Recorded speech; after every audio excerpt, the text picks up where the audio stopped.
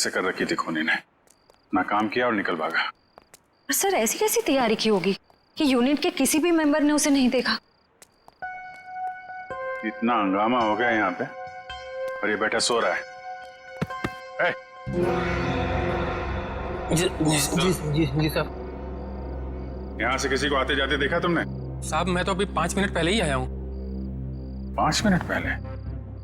ये शूटिंग का टेम्पो है ना? हाँ साहब, ये शूटिंग का ही टेम्पो है। तो ये टेम्पो अभी बाहर कब गया था? साहब यही कोई 1:30-2 बजे के आसपास। 1:30-2 बजे? सर उसी दौरान तो ईशानी का खून हुआ था। जब टेम्पो बाहर गया था तुम्हारे साथ कोई और भी था? नहीं अच्छा, पीछे कोई बैठ कर गया था, तुमने किसी को आसपास देखा? मैडम, पीछे तो सामान रहता है, अब पीछे कोई बैठा हो तो मैंने नहीं देखा। इससे अच्छा तरीका और क्या हो सकता है खूनी के यहाँ से निकलने का?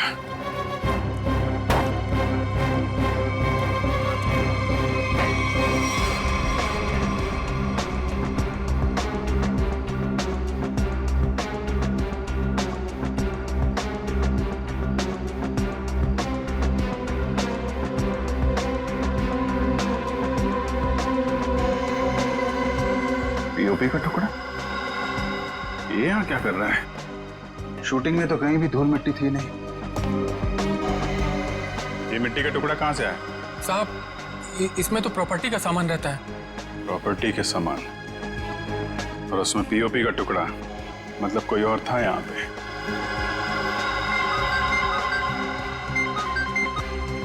हेलो, क्या?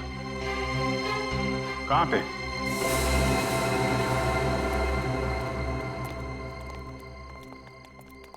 आपने फोन किया था? जी सर, मैं मानिक हूँ, इस दुकान का मालिक। ये मेरे वॉचमैन ने फोन किया था आपको। ये देखिए ना सर, यहाँ लाश है। दुकान खोलो जा। जी सर। तुम यहीं रुको। जी साहब।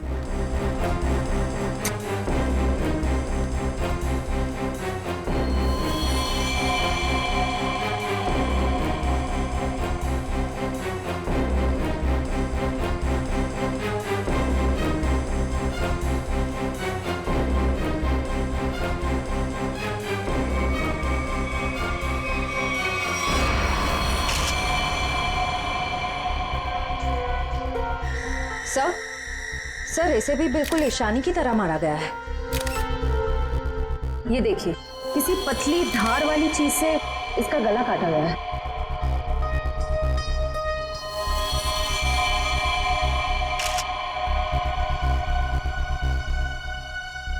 सर ये देखिए, इसका टॉप भी वैसे ही काटा गया है।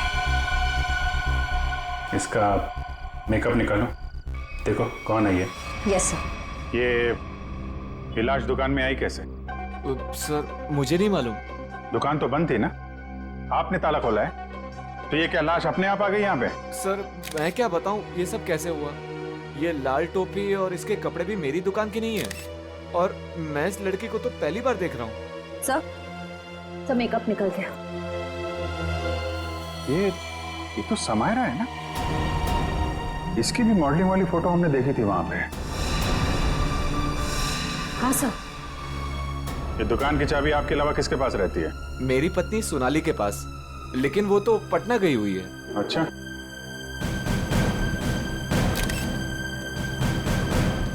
तुम्हारी ड्यूटी में एक आदमी यहाँ पे खून करता है, उसकी लाश को यहाँ दुकान में रख दिया। क्या कर रहे थे तुम? कुछ देखा नहीं तुमने? देखा ना साहब, पर वो खूनी है ये कैसे पता चलता? हा? कैसा था वो? था नहीं साहब, थी। वो एक औरत थी, उसे मैंने जाते हुए पीछे से देखा था। उसने लाल रंग का कोट पहन रखा था, उसके बाल लंबे थे और उसने सर पे एक लाल टोपी पहन रखी थी। और हाँ साहब, उसने डस्टबिन में कुछ डाला था। मतलब सर, खूनी एक औरत है? कहाँ है वो डस्टबिन जिसमें उसने कुछ डाला था? वो वहां।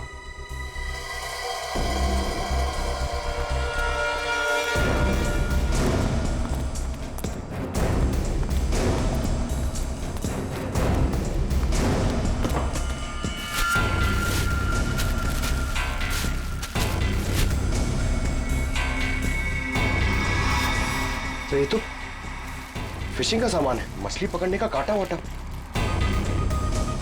सर ये तंगुस पे खून लगा है।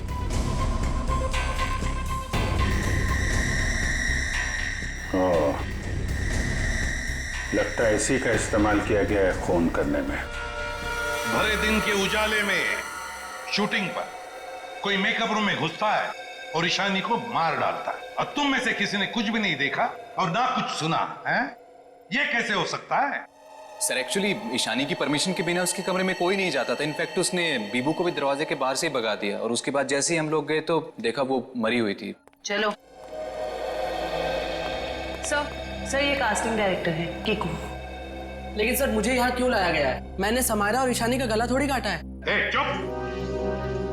तुम ही हो कास्टिंग डायरेक्टर हो ना, जो ईशानी और समायरा को जानते हो उनके मॉडलिंग की शुरुआत के दिनों से। जी सर। और विराज की शूटिंग पर तुमने ही भेजा था ना उन दोनों? हाँ सर। मतलब तुम अच्छी तरह से जानते थे कि वो कब और कहां मिलेंगे? देखिए सर, गलती हो गई, अब मैं किसी को कहीं नहीं भेजूंगा। दरअसल 5 साल पहले ही मैंने वो काम छोड़ दिया था। 5 साल पहले काम छोड़ चुके थे? कुछ लड़कियों ने मेरे खिलाफ केस कर दिया था, उस वजह से मेरा ऑफिस भी बंद हो गया। तो फिर कल तुमने ईशानी और समायरा को विराज के शूट पे कैसे भेजा? दरअसल दोस्ती दोस्ती में विराज के शूट पर उनको भेज दिया था सर, लेकिन इन सब से मेरा कोई लेना देना नहीं है सर। फिलहाल तो हम मान लेते कि तुम्हें कुछ नहीं मालूम, तुमने कुछ नहीं किया। लेकिन एक बात याद रखो, अगर जरूरत पड़ी तो तुम लोगों को हम फिर से बुला लेंगे। जा सकते हो तुम।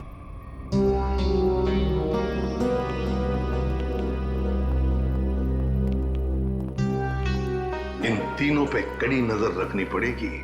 देखो वो कहां कहां जाते हैं, किस किस से मिलते हैं, क्या क्या करते हैं। सर लेकिन खूनी तो एक लड़की है ना? हाँ, खूनी तो लड़की है, लेकिन खून करने में किसी लड़के का भी तो इस्तेमाल हो सकता है। समायरा और ईशानी दोनों मॉडल्स थी, मॉडल। लाल टोपी, मारने के बाद सफेद रंग का अजीब मेकअप, मारने के लिए फिशिंग का सामान, और फिर उन दोनों खून में सब कुछ बिल्कुल एक जैसा। तो एक बात समझ में नहीं आई कि खूनी ने ये मछली पकड़ने का सामान क्यों इस्तेमाल किया खून करने के लिए? सर बहुत ही अजीब है ये खूनी, और एक ही दिन में 2 मॉडल्स को मार डाला इसने। पता लगाना पड़ेगा कि समायरा और ईशानी दोनों मॉडलिंग के अलावा और कुछ करते थे या मॉडलिंग करने से पहले क्या करती थी। इन दोनों के बीच में कोई संबंध तो नहीं था, पता लगाना पड़ेगा।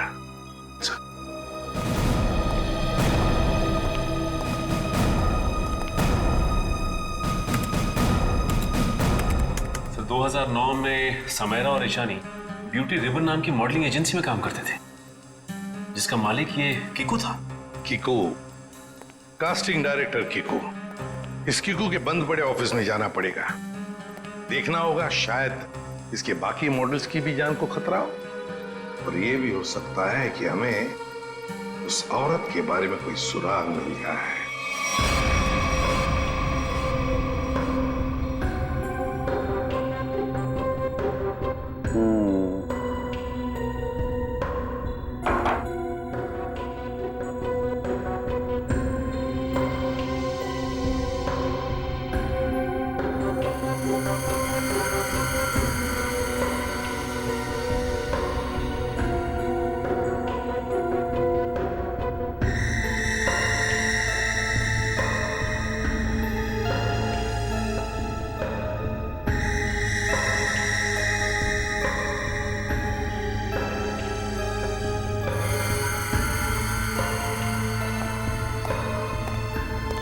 सर हमारा शक बिल्कुल सही निकला। खून करने के लिए इस्तेमाल किया गया ये हथियार एक खास तरह का फिशिंग किट ही है। सर आप सुन रहे हैं मैं क्या कह रही हूँ? हाँ सुना तारिका, लेकिन मैं फिलहाल किसी और काम में हूँ। क्या? खूनी का कद नापने में। अरे वाह साळुंखे, खूनी के कद का पता लगा लिया तूने?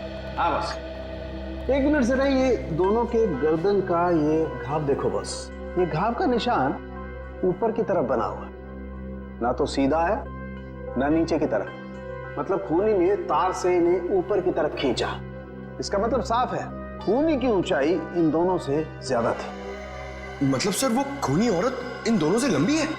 बिल्कुल पंकज, और लगभग 5 फीट 7 इंच थी। ये मेरी ट्रिग्नोमेट्रिक कैलकुलेशन मुझे बताती है, इंक्लूडिंग वो जो सैंडल उसने पहने हुए थे उनके। एक बार हाथ में आ जाए ना तो ऊंचाई भी नाप लेंगे। 5 फुट 7 इंच की लड़की जिसके लंबे और सीधे बाल हैं। और सर, या तो उसे फिशिंग करने का, मछली पकड़ने का शौक था, या तो फिर किसी खास मकसद से उसने ये सामान, ये फिशिंग किट का इस्तेमाल किया होगा। सांख्य, लगता है इस मछली पकड़ने के तंगूर से, इस तार से इन दोनों के गले को काटा है। बिल्कुल बॉस। डॉक्टर साहब, जो प्लास्टर ऑफ पेरिस जैसी मिट्टी मिली थी हमें, उससे कुछ पता चला क्या? हाँ पता चला सचिन। बॉस, वो सामान मूर्ति बनाने के काम में आता है। मूर्ति बनाने का? बॉस, टेस्ट चल रहे हैं, बाकी का भी पता चल जाएगा। तो कब बताएगा सांख्य? बताऊंगा थोड़ी देर में, लेकिन एक खास बात और बताना चाहता हूँ। वो क्या है? बॉस, ये देखो, ये है वो तार जिससे खूनी ने इनका गला काटा। खूनी जब इनका गला काटने की कोशिश कर रहा था, इन लोगों ने अपने बचाव में हाथापाई की होगी। उसी झड़प के दौरान खूनी का पलक का एक बाल मुझे इस तार पर से मिला है। मतलब तू अब इस बाल का डीएनए टेस्ट करेगा, है ना? करना ही पड़ेगा। एक खूनी लड़की जिसका कद 5 फुट 7 इंच है, जिसके सीधे और लंबे बाल है, जिसे मछली पकड़ने का शौक है और शायद मूर्तियां बनाने का भी। बस इतना भी काफी है हमारे लिए, इस लड़की को ढूंढने के लिए। मछली पकड़ने का खास सामान लेके चलती है तो समंदर के किसी किनारे में कुछ तो पता चलेगा ही उसके बारे में। पर सर, हमें सिर्फ उसकी ऊंचाई, उसके काले सीधे बाल और उस टोपी के बारे में पता है। सिर्फ इतनी इंफॉर्मेशन के बलबूते पर उस तक पहुंचना थोड़ा मुश्किल लगता है सर। कोशिश तो करनी पड़ेगी श्रेया, अपने आप तो चल के आएगी नहीं हमारे पास, है? हाँ वंश, इन्हें बता दिया ना हमें किस लड़की की तलाश है? जी सर। हाँ, तो क्या जानते हैं उस लड़की के बारे में आप? साहब, आप लोग ऐसी औरत के बारे में जानना चाहते हैं ना, जो मछली पकड़ने के लिए बोट का इस्तेमाल करती है? बिल्कुल। ऐसी तो बहुत औरतें आती है हमारे यहाँ पर। देखिए, जिस लड़की की हमें तलाश है वो लंबी लड़की है, 5 फुट 7 इंच की होगी, लंबे बाल हैं, सीधे बाल हैं। और उसकी उम्र तकरीबन 25 से 30 साल के बीच में। लंबे बाल, 25 से 30 साल की उम्र, ऐसी 2-3 लड़की आती है हमारे यहाँ पर। हमें उनके नाम और पते चाहिए। आप जब वोट देते हैं तो नाम पते तो लिखते होंगे ना? जी साहब।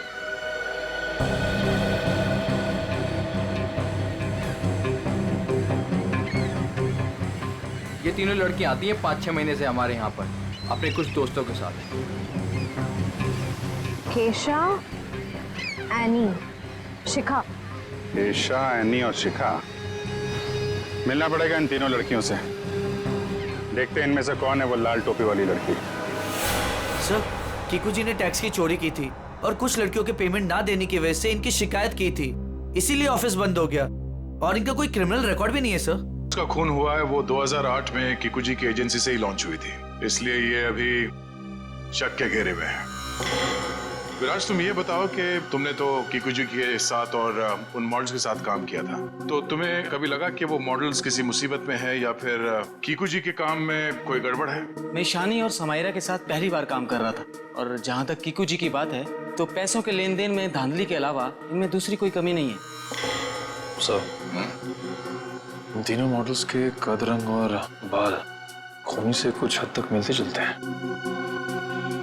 एक काम करो, इन सबसे पूछताछ करो कि मॉडलिंग के अलावा ये लोग क्या काम करते हैं, क्योंकि इन्फॉर्मेशन ये है कि आजकल इनमें से कहीं मॉडलिंग नहीं करती।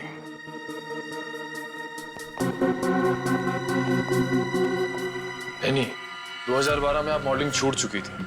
हाँ। अब आप क्या करती हैं? अभी मैं एक फिशरी स्टोर चलाती हूँ। शिखा, राइट? जी। आप एक प्रिंट मॉडल है, ये तो हम जानते हैं। इसके अलावा क्या करती हैं? मैं कुछ भी नहीं करती। और आप क्या करती हैं केशा जी? मैं मूर्तियाँ बनाती हूँ। मूर्तिकार। ठीक है, थैंक यू।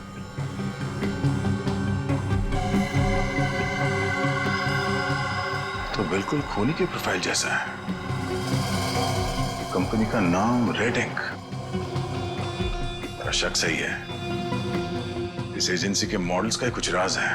सर,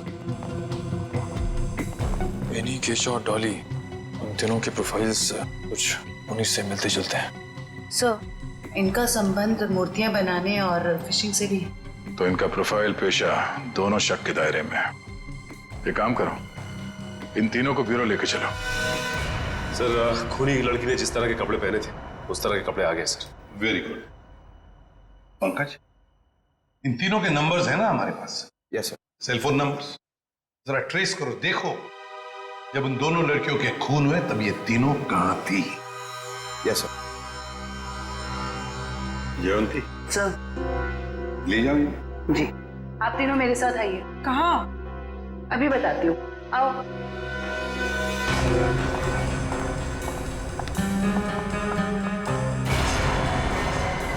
अरे साहब, ये तो वही कपड़े और टोपी है जो मैंने उस रात उस औरत को पहने हुए देखा था। तो फिर आप जरा ध्यान से देखो इसे। क्या ये वही लड़की है, वही औरत है जो उस रात खून कर रही थी? सर, मैंने उस औरत का चेहरा सामने से नहीं देखा था, उसे जाते हुए मैंने पीछे से देखा था। जाते हुए देखा? जी सर। ठीक है, केशा जरा वहां तक चल के दिखाओ। सर, ये कैसी जांच है आपकी? जितना कहा है उतना ही करो।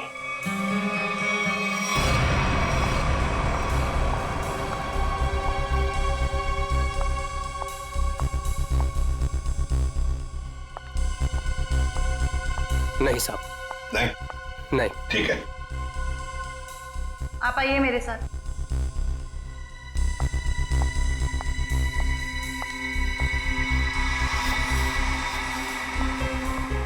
रुको, वहां तक वॉक करके आओ।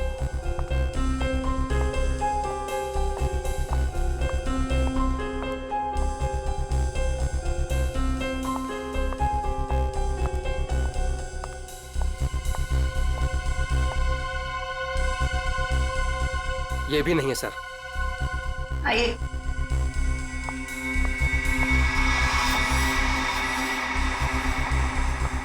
सर, इन्हें तो कपड़े काफी अच्छी तरह से फिट हो रहे हैं। हाँ, दिख रहा है। अब ऐनी जी जरा चल के भी दिखाइए।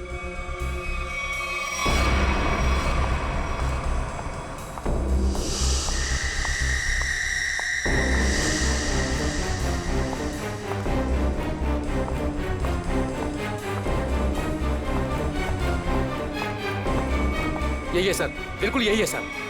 क्या बक रहे हो?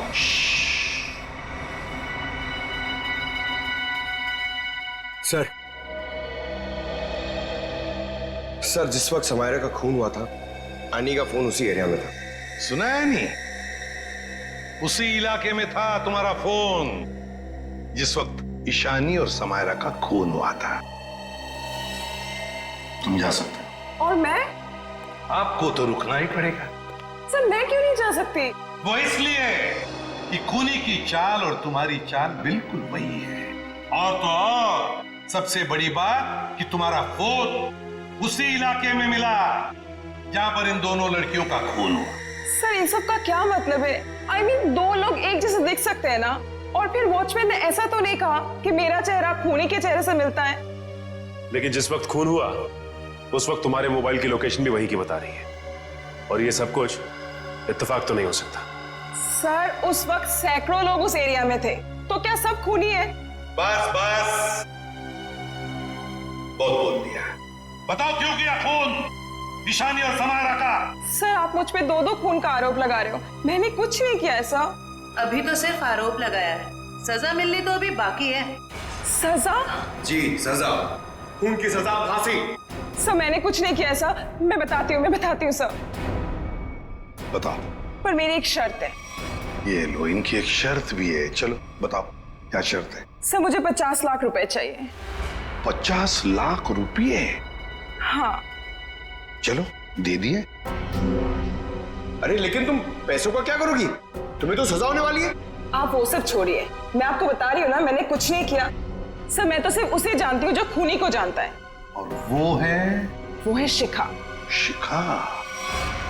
तुम इतने यकीन के साथ कैसे कह सकती हो? आप लोग पता कर सकते हैं ना? हाँ, वो तो हम पता करेंगे। सर मेरे पैसे? पैसे? कौन से पैसे? सर अभी आपने बताया आप देंगे। कब? नहीं सर, मैंने तो कुछ नहीं सुना। कब कहा? सर ये सरासर धोखा है। नहीं नहीं नहीं नहीं, यानी जी हम कभी धोखा नहीं करते। हाँ, धोखा जरूर करते हैं जब कोई कानून के साथ खिलवाड़ करता है, तब कभी कभी सीआईडी वाले धोखा देते हैं। ले जाओ इसे। सीआईडी फिर से? अब क्या कर दिया मैंने? आपने क्या किया है क्या नहीं ये तो हम पता लगा लेंगे, लेकिन आप एक नंबर के झूठे हैं ये पता चल चुका है। क्या मतलब है आपका? आपने कहा आप समायरा को नहीं जानते। 2009 में समायरा ने आपकी कंपनी रेडिंग के लिए मॉडलिंग की थी, सच है? रेडिंग? इसे कैसे ढूंढ लिया आपने? हमें पता चल चुका है। 2009 के रेडिंग के फोटोशूट कैंपेन में ईशानी और समायरा दोनों ने मॉडलिंग की थी, है ना? मैम ये कंपनी मेरे नाम पे तो थी, लेकिन मैं इस कंपनी का मामूली सा छोटा सा पार्टनर था। आप इस कंपनी के असली मालिक से क्यों नहीं पूछते? असली मालिक कौन है? चैताली। आप उससे क्यों नहीं पूछते? चैताली? इस केस में पहली बार ये नाम आया। कहाँ रहती है वो?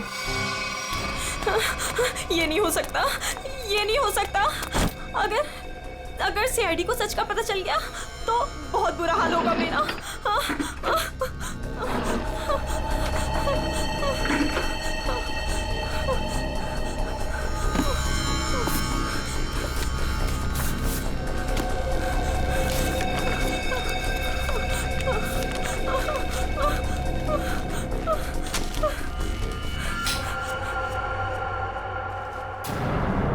कौन है? ये लाइट क्यों बंद कर दी? ये लाइट्स किसने ऑफ की?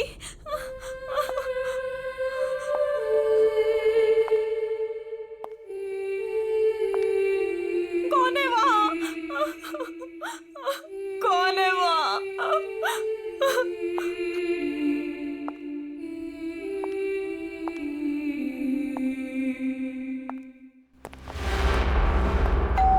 ये शिका सच्चाई बता क्यों नहीं देती? सर पहले कुछ सच बता देती तो किसी की जान ही बच सकती थी।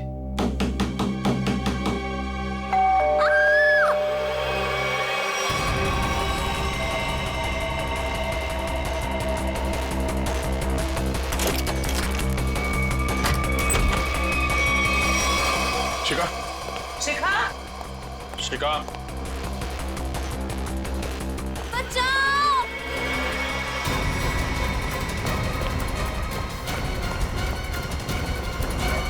शिखा, शिखा,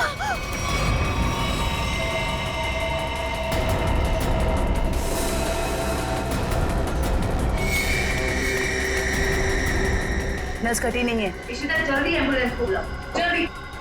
भाग गई। कोई बात नहीं, बच के जाएगी कहाँ? सर को जलाने की कोशिश भी की गई है। Oh no. शिखा,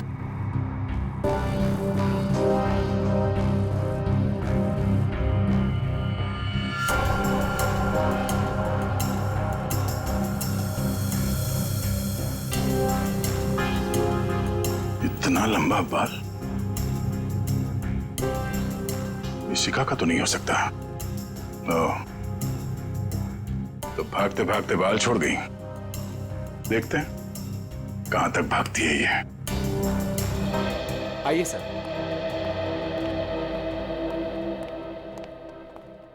सर मैं यहाँ तब से नहीं आया जब से मेरी और चैताली की हिस्सेदारी वाली कंपनी बंद हुई है। पता नहीं है वो कहाँ है। घर की अच्छी तरह से तलाशी लो, देखो क्या मिलता है।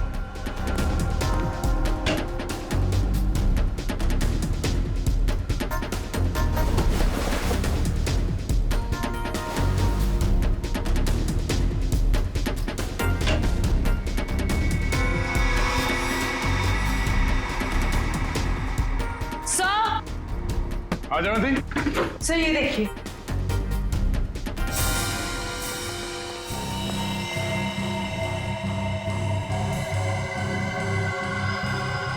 ये तो उस खूनी का पहना हुआ है। सर इस बंद पड़े घर में यहाँ कैसे आ गया? तो निकालो उसे बाहर।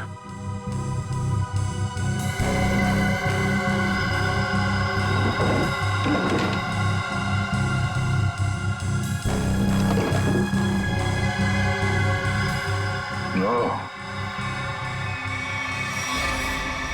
ये चक्कर है। सारंगे, शिखा के घर की खिड़की से हमें एक बाल मिला। जरा मैच करके देख पलक के बाल से। ये रहा वो बाल सर, उस खूनी लड़की का बाल। बॉस, ये बाल हमारे किसी काम का नहीं है, बेकार सबूत है। क्या मतलब? मतलब ये बॉस के खूनी के पलक का डीएनए रिपोर्ट आ चुका है। तो खूनी कोई लड़की नहीं है, खूनी एक आदमी है। एक आदमी है जिसकी उम्र 40 से 45 साल। ये टोपी, लंबे बाल, सैंडल, ये सब धोखा है। तो मतलब खूनी कोई लड़की नहीं, बल्कि लड़की की भेष में आदमी है। ऐसा क्यों किया उसने? लड़की के भेष में क्यों? खून करने के और भी आसान तरीके थे उसके पास। लगता है ये खूनी कोई सरफिरा है। खूनी कोई सरफिरा नहीं, शैतान दिमाग का आदमी है ये, शैतान दिमाग का। सोच समझ के सब कुछ कर रहा है ये। एक काम करते हैं, जितने भी लोगों पर शक है ना, सबको यहां बुला लो, सबका डीएनए टेस्ट करते हैं। आप बताते क्यों नहीं कि हम सब लोगों को यहाँ पर क्यों लेकर आए हैं? ऐसी जगह लाए कि हमारा कोई टेस्ट होने वाला है। और आप लोगों को हम सब पे शक है कि हमने खून किया है। लगता है हम सब बिना जुर्म के सजा भुगतने वाले हैं। बस बहुत हो गया। खूनी को ढूंढने का हमारे पास यही एक रास्ता है। और वैसे खूनी का बहुत ही खास सुराग मिला है हमें। डॉक्टर साहब बिल्कुल ठीक है। दरअसल क्या है, खूनी चाहे कितना भी होशियार हो, कितना भी चालबाज हो, कोई ना कोई क्लू हम लोगों के लिए छोड़ जाता है। और इस बार भी खूनी एक क्लू छोड़ गया है, और वो क्लू है पलक का एक बाल। देखिए, मैं ऑडिशंस लेता हूँ, लड़कियां सजती हैं, संवरती हैं, अपनी पलकों को भी सजाती हैं, तो इन सब से हमारा क्या लेना देना? तुम्हें बड़ा यकीन है कि खूनी एक लड़की ही है? सबको मालूम है कि लंबे बालों वाली लड़की सबको मारती फिर रही है। और आप? लेकिन हमें जांच तो पूरी करनी पड़ेगी ना। सर, हमें करना क्या पड़ेगा सर? ज्यादा कुछ नहीं, आप में से हर किसी को अपने पलक का एक बाल देना होगा, और जिसका डीएनए हम उस खूनी के डीएनए से मैच करके देखेंगे। और वैसे भी जब आप लोगों ने कुछ किया ही नहीं है तो डरने की तो कोई बात ही नहीं है। जयवंती, देखिए, आ जाओ। चलो जाओ।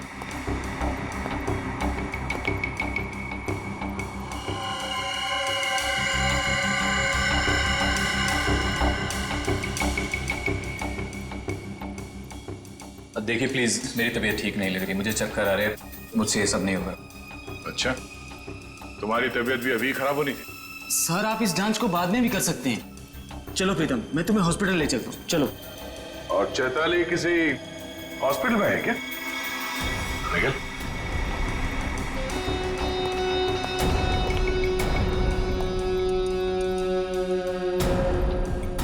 सही कह रहा हूं ना मैं? मिस्टर विराज या फिर चैताली का पति कहना बेहतर होगा।